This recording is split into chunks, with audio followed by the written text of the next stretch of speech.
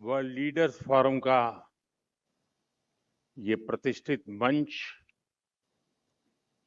Businesses और industry की दुनिया के सभी जाने माने दिग्गज पॉलिसी मेकर्स, अन्य महानुभाव, देवी और सज्जनों, आप सबके बीच आकर के खुश होना बहुत स्वाभाविक भी है। इस साल समिट का फोकस शेयर्ड फ्यूचर पर है। पिछले कुछ वर्षों में दुनिया ने अनेक उतार चढ़ाव देखे हैं और इन अनुभवों ने एक बात बहुत स्पष्ट कर दी है, कोई चाहे या न चाहे, हर देश का भविष्य, उसका फ्यूचर एक दूसरे से जुड़ा हुआ ही है। आइसोलेशन में कुछ संभव नहीं है। इसलिए शेयर्ड फ्यूचर्स की ये थीम आज और भी अधिक प्रासंगिक हो गई है। और भारत तो हमेशा से इसी भावना को लेकर चला है। G20 की अध्यक्षता में इसलिए ही भारत का मंत्र रहा, one earth, one family, one future.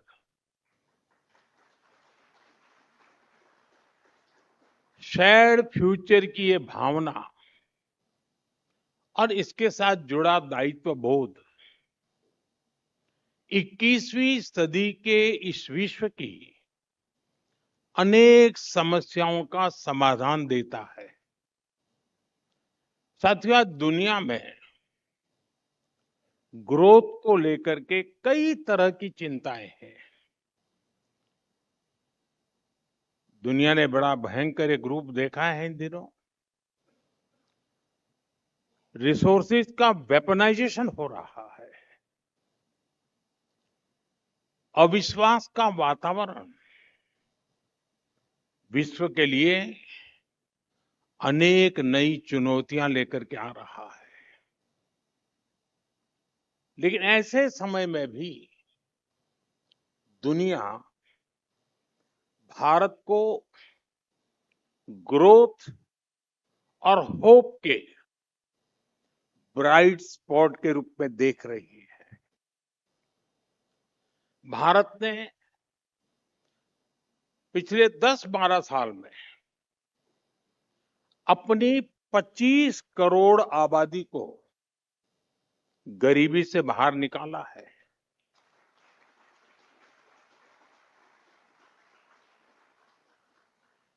इतना ही नहीं, अगर आने वाले दिनों की चर्चा करें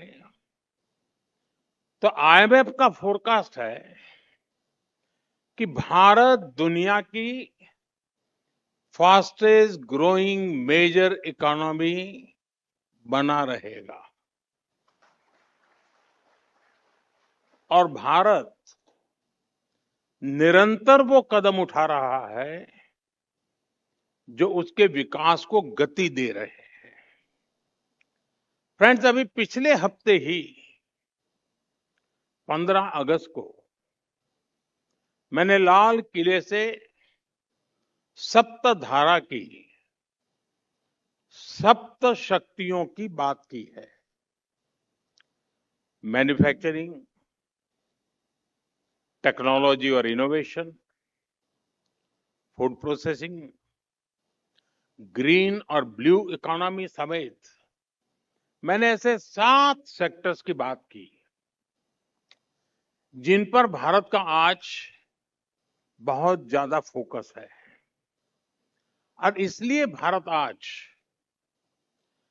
पॉलिसी लेवल पर नेक्स्ट जनरेशन रिफॉर्म्स कर रहा है। ताकि हमारा फ्यूचर सुरक्षित हो।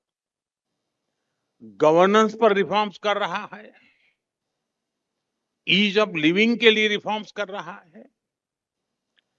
पिछली बार जब मैं इसी मंच के माध्यम से आपसे जुड़ा था, तब भी मैंने कहा था कि रिफॉर्म्स हमारे लिए कंपल्सन नहीं है, ये हमारा कमिटमेंट है, ये हमारा कन्विक्शन है। साथियों, 2014 में जब हमारी सरकार बनी, तो उसके बाद से ही रिफॉर्म्स ने कैसे देश की दिशा और दशा बदली है। मैं इसका एक बहुत दिलचस्प उदाहरण आपको देना चाहता हूं।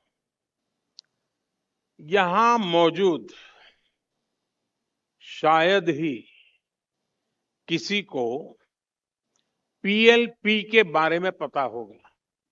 कोई है जिसको पीएलपी के बारे में पता है? अपना हाथ उठाए। यहां इतने मीडिया के दिग्गज बैठे हैं। पीएलपी आपको पता है? और आप सुनकर के हैरान हो जाएंगे। पीएलपी यानी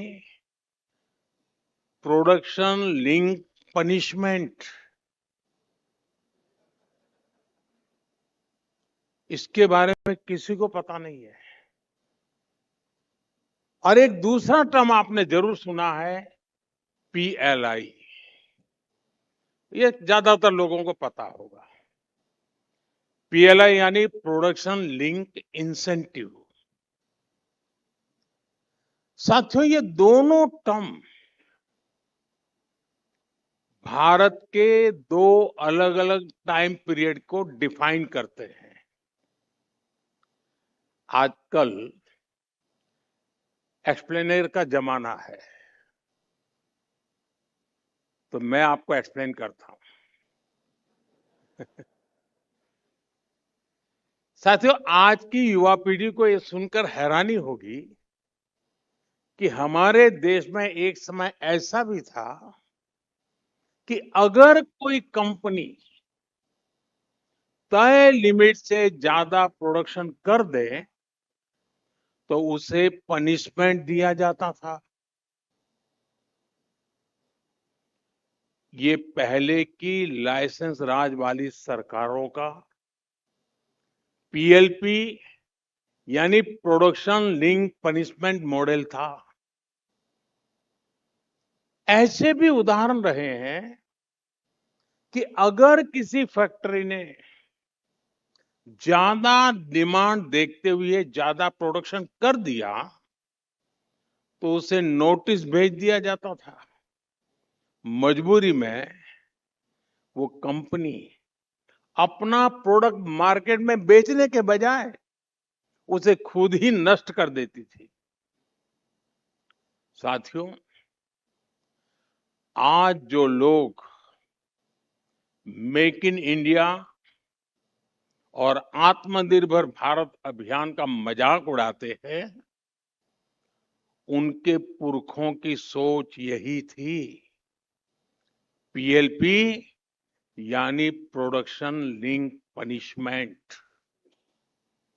ऐसा करने के पीछे एक विशेष तरह की विकृत मानसिकता काम करती थी।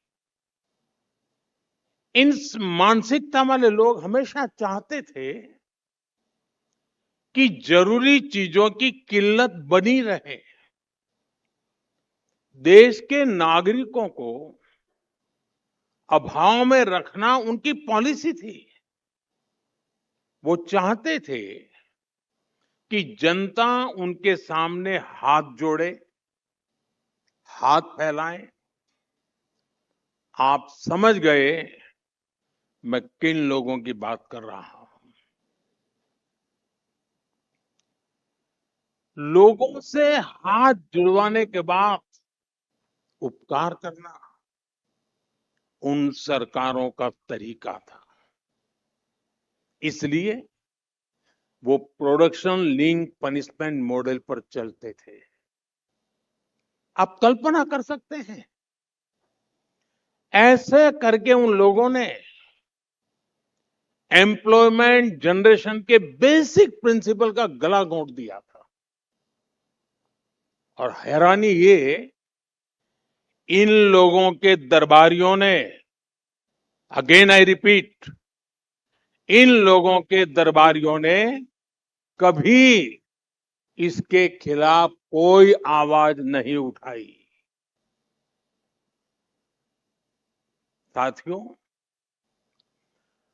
हर रिफॉर्म की शुरुआत सबसे पहले आपके सोचने के तरीके, आपका मानसिक किस रेंज में आप काम कर रहे हैं, इस सोच के रिफॉर्म से ही होती है।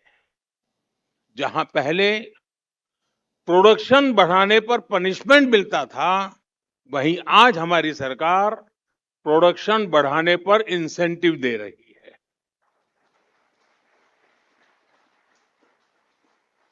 और आज पीएलआई स्कीम की सक्सेस दुनिया देख रही है। सिर्फ इस एक योजना की वजह से, मैं सारी योजनाओं की बात नहीं करता हूं, एक की बात करता हूं, करीब 2.5 लाख करोड़ रुपए का एक्चुअल इन्वेस्टमेंट हुआ है। 22 लाख करोड़ रुपए से ज्यादा का प्रोडक्शन और सेल्स हुई है। 15 लाख करोड़ रुपए से ज्यादा का एक्सपोर्ट हुआ है और 14 लाख से ज्यादा डायरेक्ट और इनडायरेक्ट जॉब बनी है। और मैं फिर याद दिलाऊंगा, ये आंकड़े सिर्फ एक स्कीम के हैं। आप सोचिए, पहले का लाइसेंस राज वाली सरकार का पनिशमेंट मॉडल जहां बेरोजगारी बढ़ाता था, वहीं आज का हमारा इंसेंटिव मॉडल लाखों नई जॉब्स क्रिएट कर रहा है। साथियों, आज भारत में ये तेज विकास, ये तेज रिफॉर्म इसलिए हो रहे हैं क्योंकि भारत में, और जिसका अभी सत्यन ने उल्लेख किया, पॉलिटिकल स्टेबिलिटी है, हमारी पॉलिसी में कंटिन्यूटी है। पहले देश में रिफॉर्म्स की बात करने वाले घोषणा तो कर देते थे, बाद में भूल जाते थे। लेकिन हमने रिफॉर्म्स को लेकर एक क्लियर रोड मैप बनाया। इस रोड मैप की प्रमुख दिशा रही है गवर्नेंस लेवल के रिफॉर्म्स हो। इसके लिए आज 21वीं सदी के भारत में हम सिर्फ रेगुलेशन नहीं बदल रहे हैं, हम रेगुलेशन की पूरी फिलॉसफी बदल रहे हैं। पहले रेगुलेशंस की अप्रोच थी प्रोहिबिटेड अनलेस परमिटेड, यानी जब तक सरकार इजाजत न दे तब तक आप वो काम नहीं कर सकते। हम इस अप्रोच को बदलकर परमिटेड अनलेस प्रोहिबिटेड की तरफ ले जा रहे हैं। यानी जो काम कानून से स्पष्ट रूप से मना नहीं किया है, उसके लिए हर कदम पर परमिशन की कोई जरूरत नहीं होनी चाहिए। और इसके पीछे सोच बहुत सीधी है। सरकार और नागरिक के रिश्ते का आधार सस्पिशन नहीं, ट्रस्ट होना चाहिए।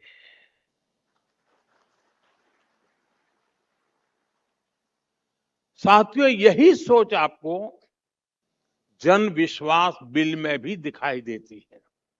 मैं जानता हूं, हर प्रोसीजरल गलती को क्रिमिनल ऑफेंस मान लेना ठीक नहीं है। इसलिए अनेक ऑफेंसेस को डीक्रिमिनलाइज किया गया है। कई मामलों में जेल की जगह केवल आर्थिक पेनल्टी का प्रावधान किया गया है। गवर्नमेंट और एंटरप्राइज के रिश्ते में हम इसी रिफॉर्म माइंडसेट को आगे बढ़ा रहे हैं।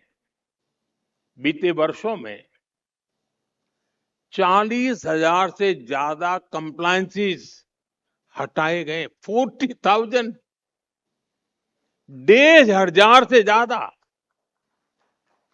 1,500, 1,500 से ज्यादा पुराने और बेकार हो चुके कानून हमने खत्म किए।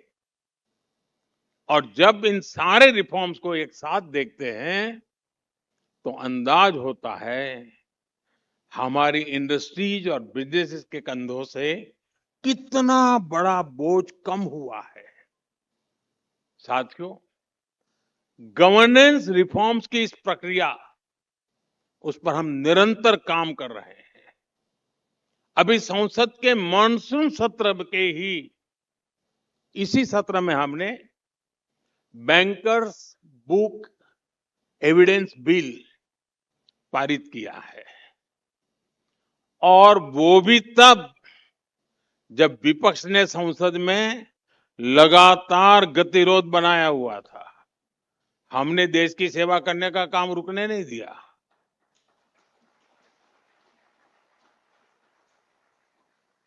अब इस कानून ने 19वीं सदी के अंग्रेजी कानून को रिप्लेस किया है।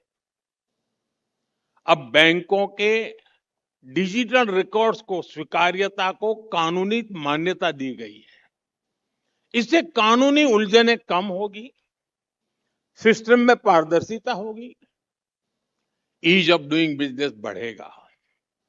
साथियों, गवर्नेंस में रिफॉर्म का एक मतलब ये भी है कि सिस्टम ऐसे बने जिसमें एक एक मानव जीवन और उसके समय के प्रति संवेदनशीलता हो। हम रेलवे का उदाहरण देता हूं। हमारी रेलवे में भी इसी अप्रोच के साथ काम हुआ है।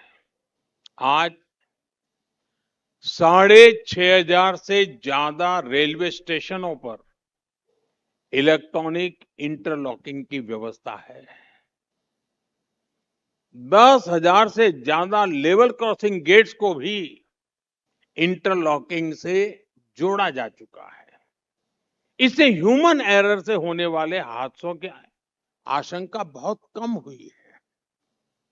साथियों, जब 2014 में हमारी सरकार आई तो करीब 9,000 फाटक ऐसे थे जो अनमैन्ड थे। इन्हें हटाना कोई रॉकेट साइंस नहीं था।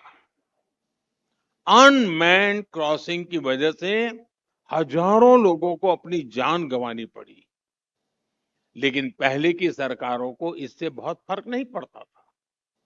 हमने मिशन मोड में गत 10 वर्ष में इन अनमैन्ड क्रॉसिंग को समाप्त कर दिया।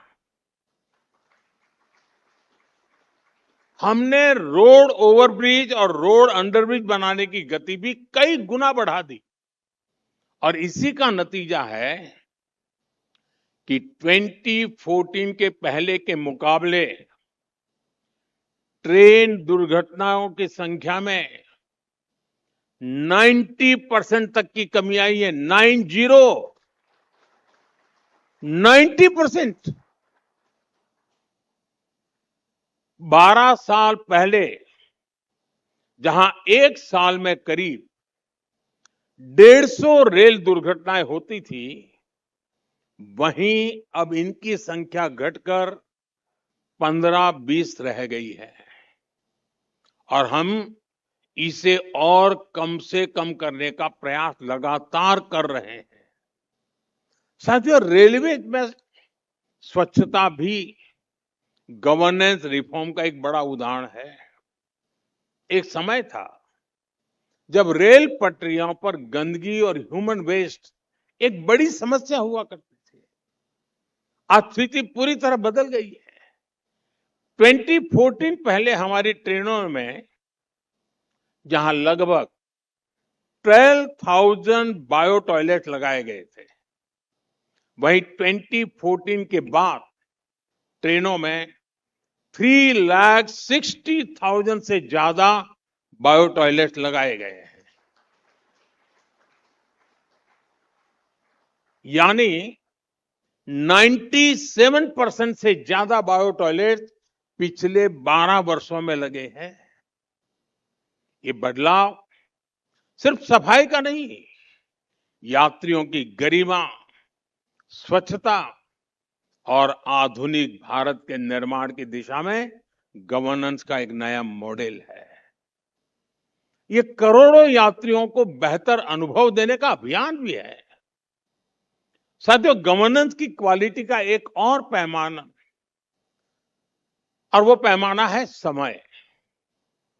जो प्रोजेक्ट शुरू हो वो समय पर पूरा हो, और जो सर्विस लोगों को मिले वो भी समय की कसौटी पर खरी उतरे। दिल्ली मेरठ नमो भारत रैपिड रेल सिस्टम इसका बहुत अच्छा उदाहरण है। इस कॉरिडोर पर 160 किलोमीटर प्रति घंटे की रफ्तार से ट्रेनें चल रही है। ये हमारे देश में पहले कभी सोचा नहीं जा सकता था। अब तक 4 करोड़ से ज्यादा यात्री इसमें ट्रैवल कर चुके हैं। और इसका एक और अहम फैक्टर है जिसकी चर्चा नहीं होती है। दिल्ली मेरठ नमो भारत रैपिड रेल की पंक्चुअलिटी 99.9% है। वरना हम तो हर चीज में कह रहे, डिलेट होते रहे, कहते रहे ये तो इंडियन टाइम है। वक्त बदला है। ये मैं छोटी छोटी चीजें इसलिए बताता हूं कि हमें अंदाज आए कि कितने बड़े व्यापक स्तर पे काम हो रहा है। इसी तरह दिल्ली मेट्रो की पंक्चुअलिटी 99.9% है।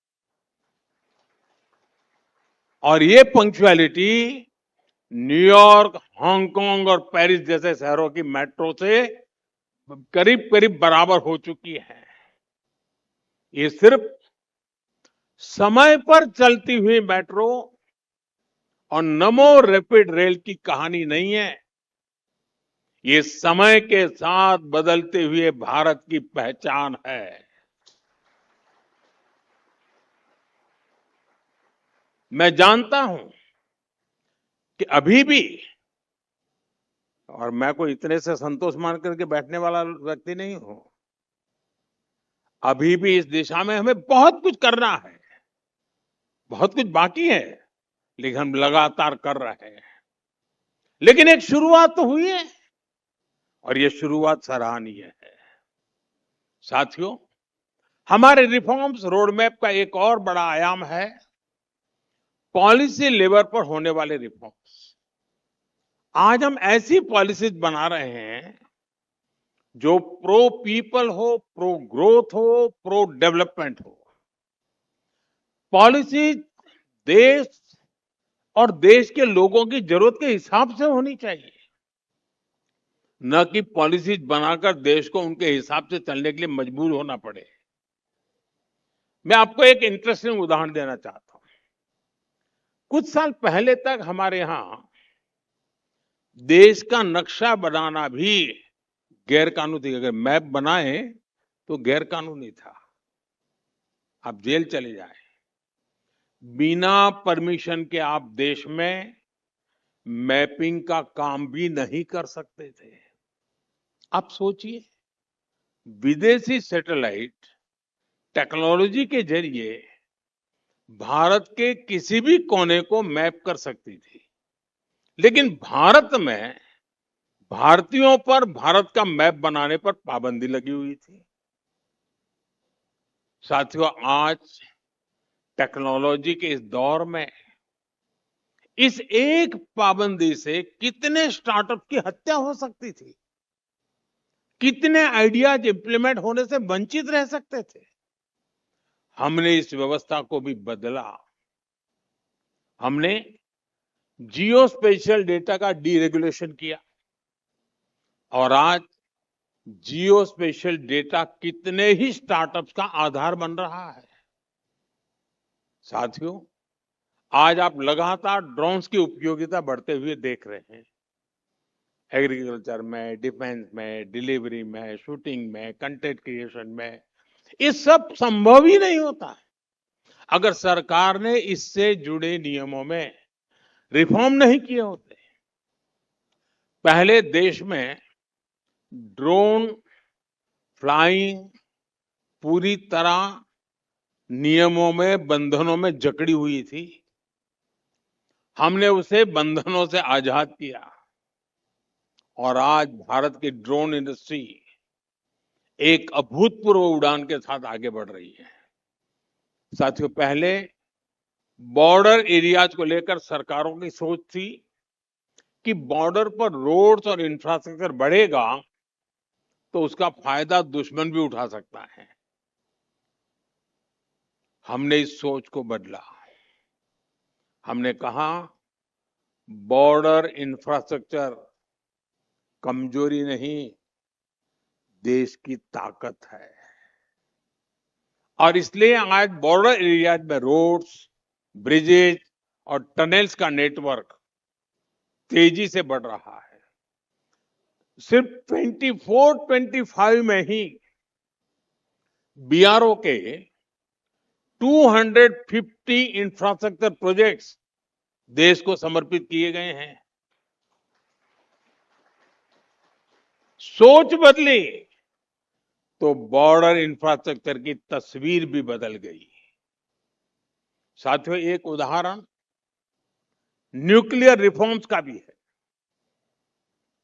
एक ऐसे समय में जब विकास पूरी तरह से एनर्जी डिपेंडेंट है, बंदिशों और प्रतिबंधों के कारण देश अपने न्यूक्लियर पोटेंशियल का इस्तेमाल नहीं कर पा रहा था। हमने शांति बिल के जरिए इसमें भी बड़ा रिफॉर्म किया है। आज भारत में न्यूक्लियर एनर्जी में प्राइवेट सेक्टर के लिए रास्ता खुल चुका है। इसी तरह हमने एक बड़ा पॉलिसी रिफॉर्म डिफेंस सेक्टर में भी किया। 200 ईयर के पहले जो व्यवस्था चली आ रही थी, उसे बदलकर हमने 40 से ज्यादा ऑर्डिनेंस फैक्ट्रीज को मर्ज करके 7 फैक्ट्रीज बना दी और इसका परिणाम हमें देखने को मिल रहा है। आज भारत अपनी रक्षा जरूरतों के लिए भी आत्मनिर्भर बन रहा है और 2014 की तुलना में हमारा डिफेंस एक्सपोर्ट 55 गुना बढ़ा है। और इसलिए कई बार रिफॉर्म हमारे जीवन में इस तरह घुल-मिल जाते हैं कि हमारा उनकी तरफ ध्यान ही नहीं जाता। आप सोचिए, आपका कोई सामान्य दिन आज कैसे बीतता है? आप सुबह उठते हैं, फोन पर घर का सामान ऑर्डर कर देते हैं और जब तक ऑफिस के लिए रेडी होते हैं, वो सारा सामान आपके घर आकर के पहुंच जाता है।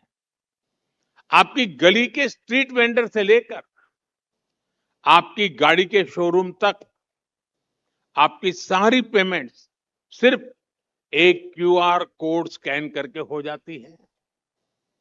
अगर आपकी बेटी किसी दूसरे शहर में पढ़ती है तो आप फोन से उसे पैसे भेज सकते हैं और वो पैसा कुछ सेकंड्स में उसके पास भी पहुंच जाता है। कई बार तो बिटिया क्यूआर ही शेयर कर देती है कि पापा माँ मैंने ये ड्रेस ले ली है, इसकी पेमेंट कर दीजिए और आप उसी शॉपिंग अपने घर बैठे बैठे करवा देते हैं।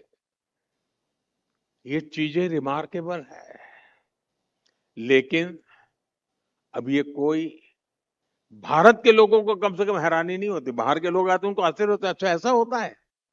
भारत के लोगों का रूटीन हो गया है। ये भारत के सामान्य मानवी के जीवन का हिस्सा बन चुका है। आप सोचिए, 2014 से पहले ऐसी कितनी ही बातें क्या पॉसिबल थी? साथियों, भारत ने बीते 10-12 सालों में ईज ऑफ लिविंग से जुड़े जो रिफॉर्म्स किए हैं, उसकी वजह से लोगों का, खासतौर पर हमारे मिडिल क्लास का जो जीवन बदला है, वो दुनिया के कई विकसित देशों में आज भी एक सपना ही है। साथियों, आज दुनिया का सबसे सस्ता डेटा भारत में है।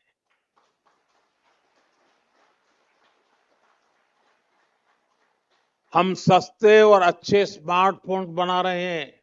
अभी सत्य ने उसका बड़ा वर्णन किया। भारत दुनिया के फास्टेस्ट 5G रोल आउट करने वाले देशों में से एक है। हमने आधार को बैंकिंग, मोबाइल कनेक्टिविटी और सर्विसेज से जोड़कर ई-केवाईसी और डिजिटल ऑथेंटिकेशन जैसी सर्विसेज को पॉसिबल किया है। आज आपको अगर बैंक अकाउंट खोलना है, तो उसके लिए बैंक जाने तक की जरूरत नहीं है। सरकार ने बैंक को ही आपके पास पहुंचा दिया है। आज चाहे कोई बिल जमा करना हो, कोई टिकट करानी हो, किसी सरकारी दफ्तर में जाने की जरूरत नहीं पड़ती। ये सारा काम ऑनलाइन हो जाता है। इनकम टैक्स की फाइलिंग का काम आसान हुआ है। ऐसी व्यवस्था बनी है कि फॉर्म में मैक्सिमम जानकारियां पहले से भरी जाती है। आप ये इंफॉर्मेशन वेरीफाई करते हैं, कुछ जोड़ना है तो जोड़ देते हैं और सबमिट करते हैं, आपका काम पूरा हो जाता है।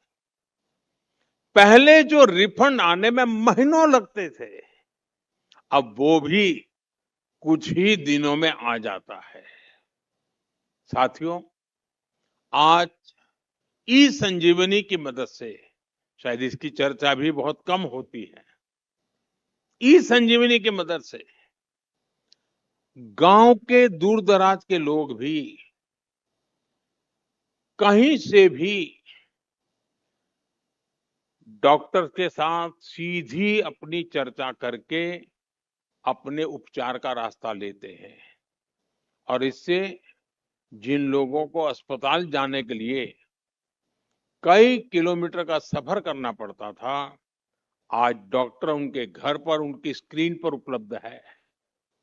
अब तक ये आंकड़ा भी आपको जरूर आश्चर्य करेगा। यानी भारत ने टेक्नोलॉजी को किस प्रकार से एडप्ट किया है, सामान्य मानवी के जीवन को कैसे सरल किया है। अब तक ई संजीवनी के तहत करीब करीब 50 करोड़ टेली कंसल्टेशन हो चुकी है।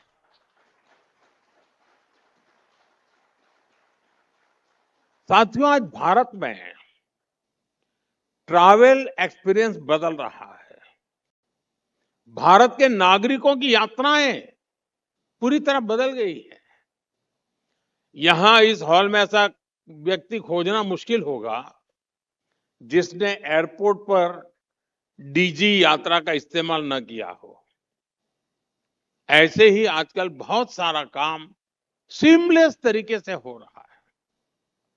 हाईवे पर फास्टैग चल रहे हैं ताकि आप बिना रुके टोल देकर आगे बढ़ सकें।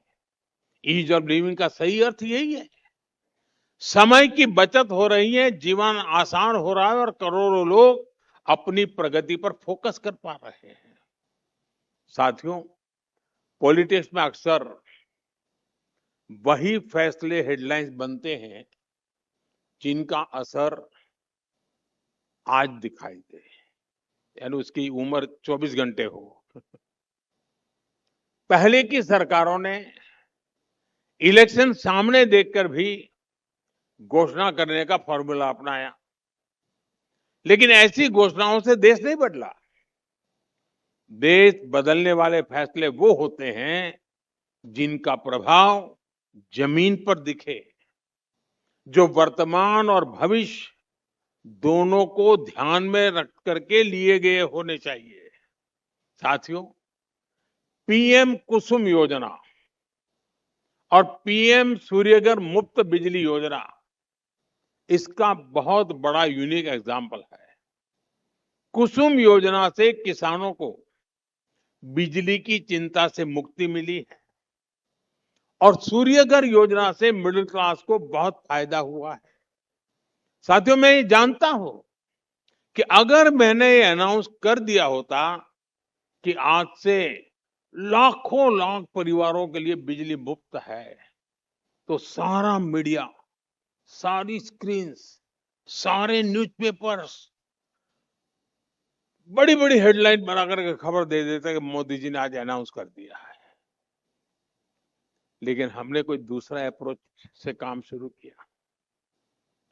हमने हर घर की छत पर एक सूरज उगाने की ठान ली और आज देश के 50 लाख से ज्यादा परिवार पीएम सूर्यघर मुफ्त बिजली योजना से जुड़े हैं। सरकार ने 22,000 करोड़ रुपए से ज्यादा इन परिवारों को दिए हैं ये सोलर सिस्टम लगाने के लिए, ताकि उनकी छत पर सोलर प्लांट लगाकर सोलर पावर पैदा की जा सके। अब ये परिवार एक्स्ट्रा बिजली को बिजली ग्रिड में बेचकर पैसे भी कमा रहे हैं। खुद का बिजली बिल तो जीरो हुआ, कमाई भी होने लगी। इस योजना से लोगों के सपनों को भी विस्तार मिल रहा है। बिजली बिल कम हुआ है तो अब घर में fridge, cooler, washing machine, TV जैसे लोग चीजें खरीद करके रखने लगे हैं। अब ये डर नहीं होता कि बिजली कटौती की वजह से दूध दूध फट जाएगा। अब चिंता नहीं रहती है। अब स्कूल जाने वाले बच्चे रात भर चैन से सो पाते हैं। मैं फिर कहता हूं, इलेक्शन हो या न हो, लेकिन ये सूर्यघर और उसकी रोशनी बनी रहेगी।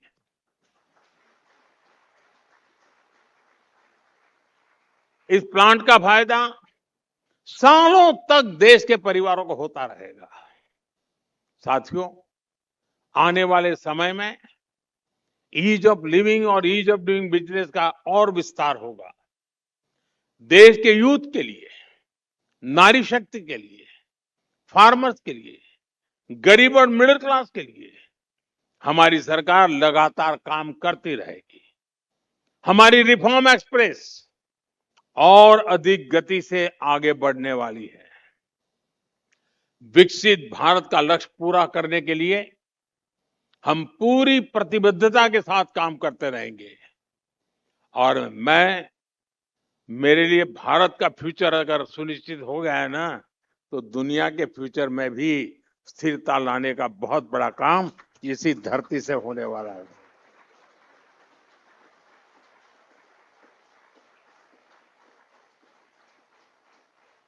इस आत्मविश्वास के साथ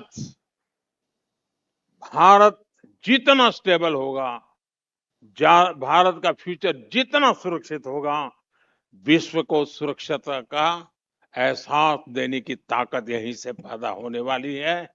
इस सामर्थ्य के साथ, इसी संकल्प के साथ मैं एक बार फिर आज के इस कार्यक्रम में मुझे आमंत्रित करने के लिए इकोनॉमिक टाइम्स की पूरी टीम का हृदय से बहुत बहुत धन्यवाद करता हूं। वंदे मातरम।